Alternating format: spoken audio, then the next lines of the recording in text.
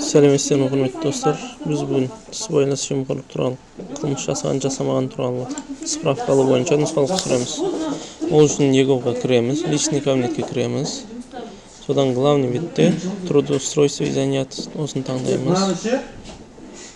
Және де осы жерден жаңа белгімен көрсетіп тұр. Видача сведения совершения лица, коррупционное преступление таңдаймыз. Заказать услугу онлайн. Және де қол қойып услуганы аламыз. SMS-пен де қол қоюға болады, біз ертіспен қоямыз. Бұл ақының хатын проекті шығарасамайды, орада зам ақындар қол қояды, аппарат бізге бір 10 минуттың ішінде жауап келеді негізі. одан аппарат басшысы бәрі согласование береді.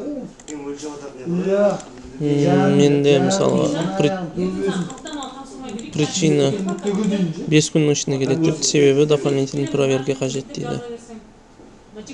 Осы жерден шығады.